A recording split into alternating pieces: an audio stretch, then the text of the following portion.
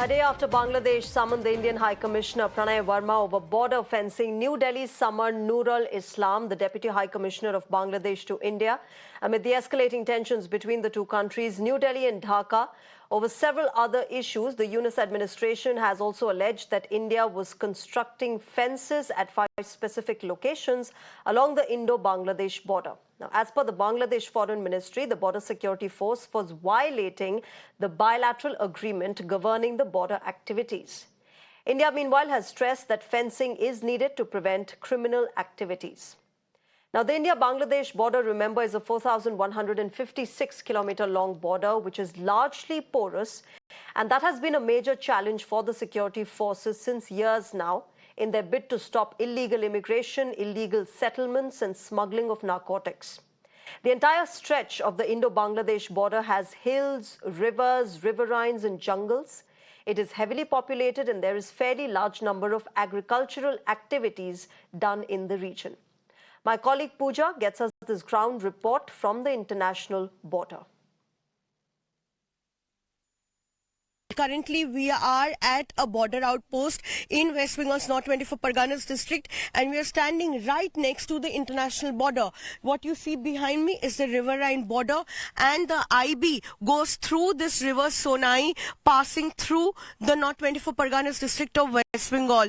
On the other side is Bangladesh beyond the zero line. One cannot see the zero line with the naked eye because it passes through the river, and it becomes extremely challenging for the BSF because there is no fence here and there is no way they can erect a fence here.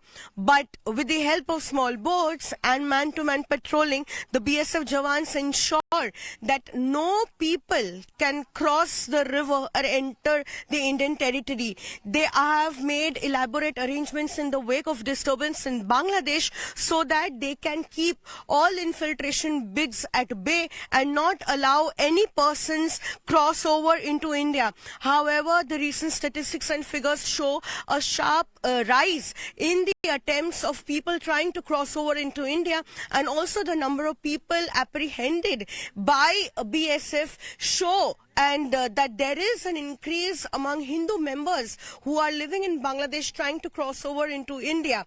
But despite all of these attempts, the BSF has made elaborate arrangements and also put in place a lot of technology to ensure that there is no infiltration. They are not just using cameras, but they are also using thermal imaging, night vision binoculars, especially in this weather where there can be a lot of fog around the international boundary. Now, remember, even though both BSF and BGD have held flag meetings earlier on this issue, reports have suggested that the border guard Bangladesh has been resisting the Indian side's continuing fencing of the border. But despite the pressure, the BSF continues to press for completing this fencing. So what's the problem if India fences its own side of the border? And why is the Yunus administration causing multiple problems in its ties with India? Let's try and get a perspective on this on Global Mirror. I'm joined by Ambassador Achal Malhotra.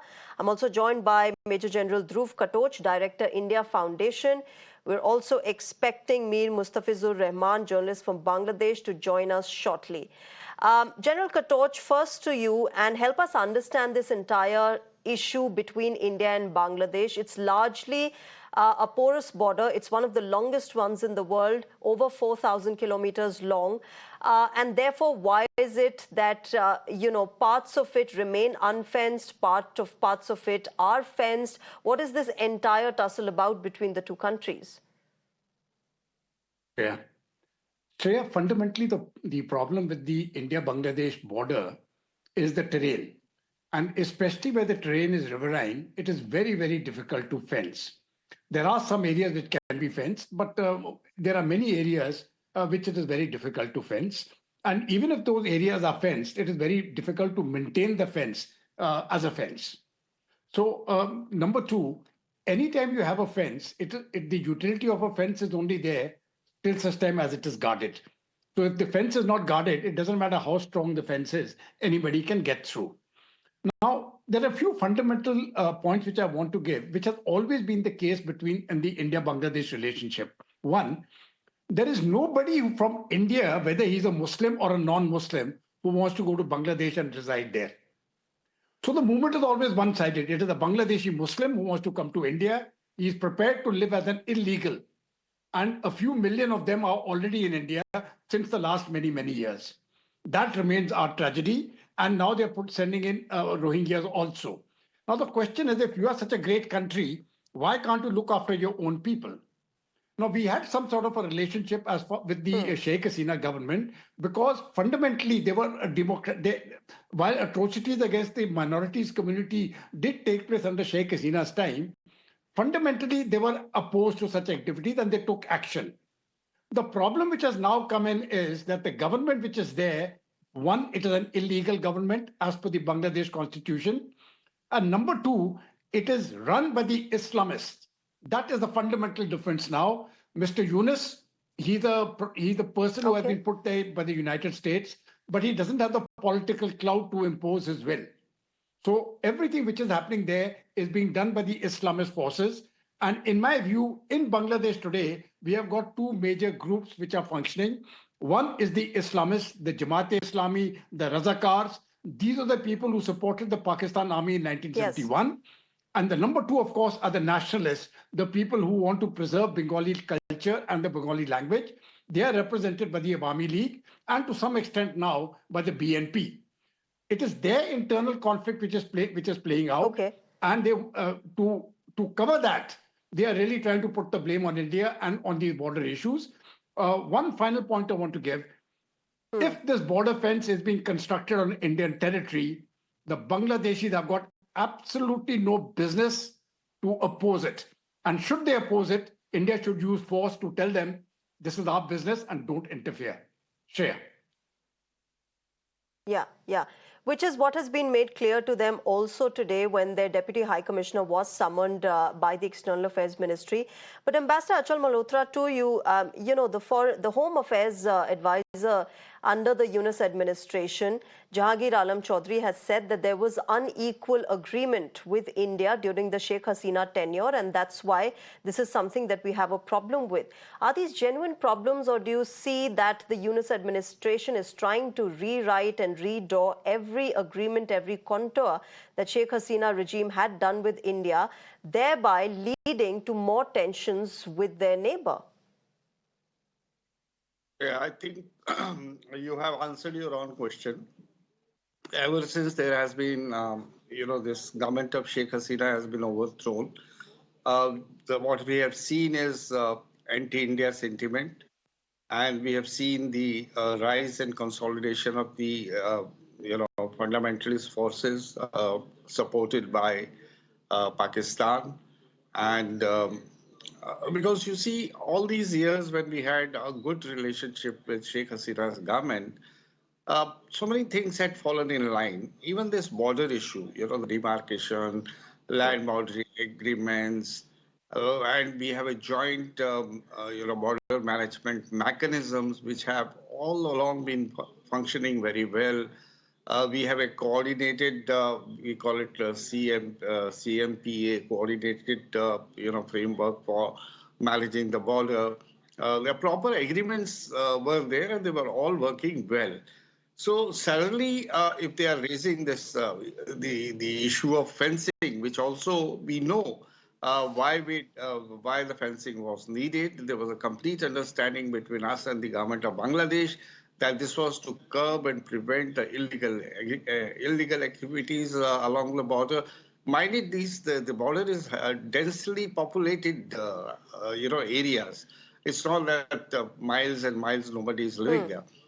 So the two sides were fully aware of the problems: illegal migration, smuggling, narcotics, and that's why we had put in so many mechanisms in place to handle this. So suddenly they are releasing it. It is a part of the series of, they want to undo whatever good was done during Sheikh Hasina's government. Because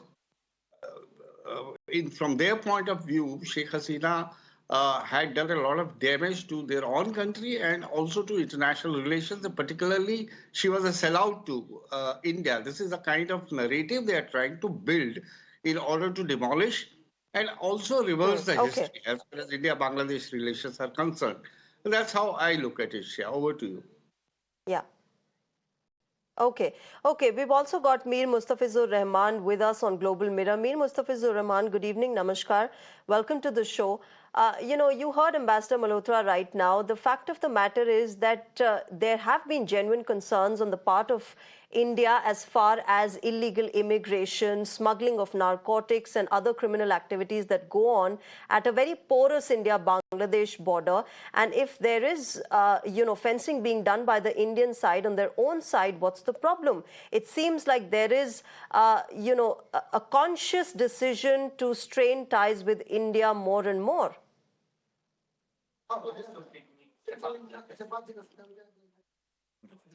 Good evening, everybody. Just I heard Ambassador Malhotra, but the thing is that what we feel here, the perception is that the sudden decision by the Indian side to fence the 5 points on the border, this is apparently considered by many here as some kind of extra. Extra mile walk because you have mentioned that already we got some tension in our bilateral ties, but it would be better if this kind of activities should not be started just right now because this is not the proper time for doing so. So many here are looking But at this is the this most issue as a appropriate time, Mir provocation. Mustafizur Rahman, to do this activity on our own side, on the Indian side, because you have a lot of people wanting to leave Bangladesh under the Yunus administration with the kind of No, political that is instability that is prevailing in Bangladesh right now. No. But that is another issue. That is what I'm talking about, the perception among the people. So listen, what we feel and many feel that India needs to change its own narrative because we always believe India is our closest friend and the most friendly neighbor. So there is no doubt over it. But the thing is that the relation between the two governments and the relation between the people of the two countries are different issues. So you have to change the narrative by considering the aspiration of our people. The aspiration of the people is a relation based on mutual trust and mutual dignity. So, and unfortunately, you have seen that India has the tensions, uh, bilateral ties with its other neighbors. Most of them are not good. You know that very well. And I think that Ambassador Malhotra also knows it very well, that India fails to maintain good relations with most of its neighbors because the perception is that this is due to the big brotherly attitude from the Indian side. So I'm talking about the perception. I don't know, but I don't want to argue here. But the thing is that what India has said today, the External Affairs Ministry, that they are constructing the fence on their own side. But the Bangladesh Foreign Ministry said that yesterday that it is totally violation of the international law because you have right to construct anything within 150 meters of the Okay. international border. I mean, the 0 point. That is the argument from the Bangladesh side. So if you want to do anything, you have to do it from the 0 point, apart from the 150 meters away from the 0 point. That is the argument from the Bangladesh side. Okay, Mir Mustafizur Rahman, I fail to understand how thinking about your own national security and your own people comes across as big brotherly attitude. But General Katoch, do you want to come in on what Mir Mustafizur Rahman is saying here? The fact that Bangladesh has a problem with constructing and fencing, at those 5 specific locations along the IB and how that impacts the relations between the two countries. You see, I really haven't understood what Mr. Rahman is saying.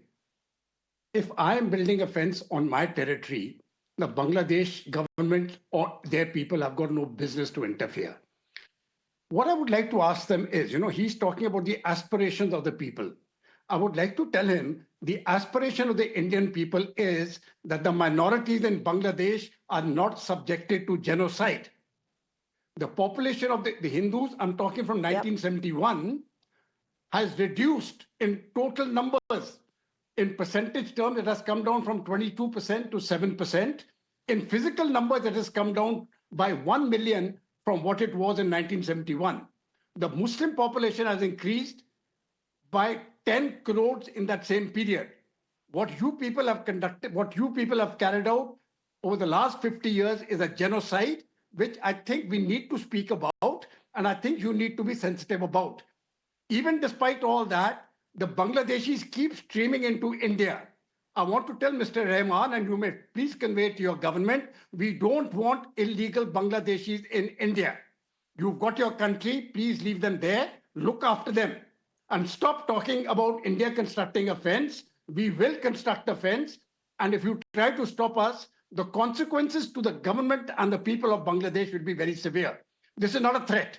We are simply doing things for our own security at our own side, and I would recommend you do the same in your side. Shreya.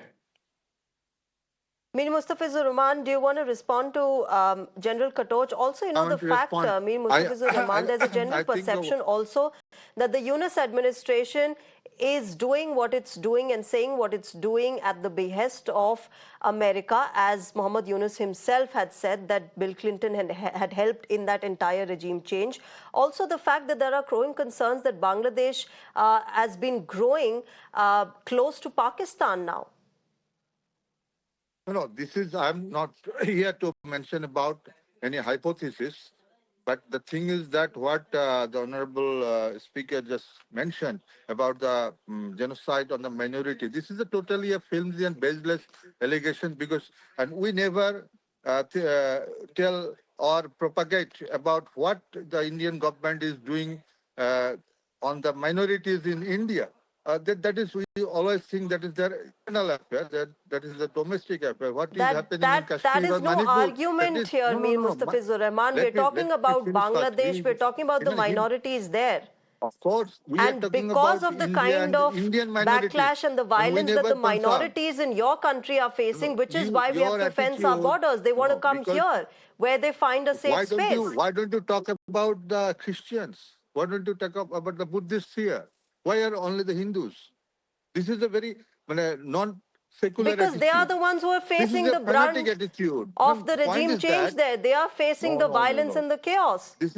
There were violence, there were chaos, and you know that our interim government, they admitted that there were some sporadic incidents, and many of them are political, not religious. In Bangladesh, we have the history of living with our Hindu friends and neighbors. No, I think if you We are choose very to close. ignore that part, And I told then the here problem again that lies there, the Mir Indian media Mustafizur and Rahman, some not how we're intellectuals like perceiving you. the entire situation.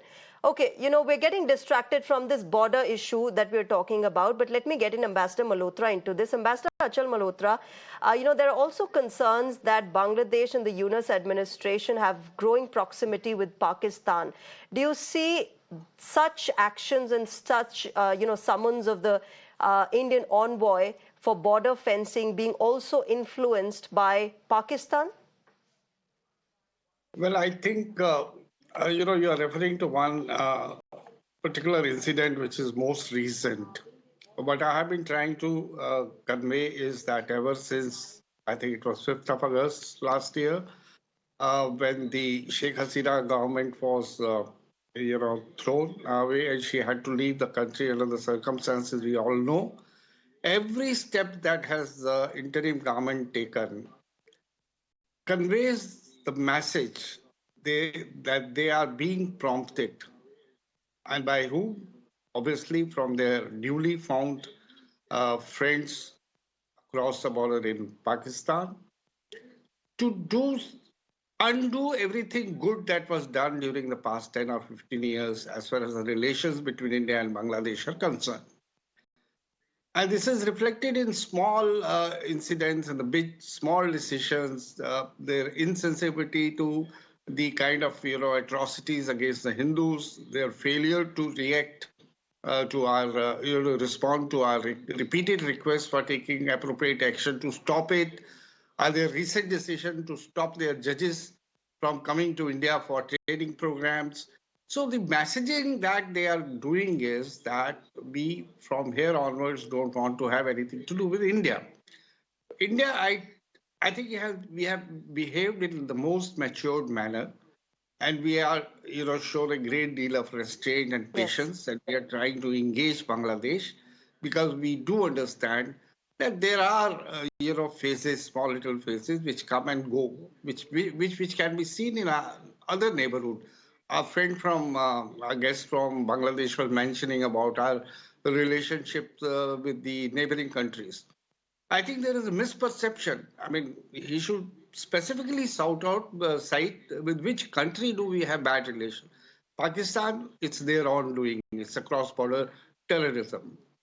If with China, it's their Yeah. aggressive policy, expansionism, and what they did at the line of actual control.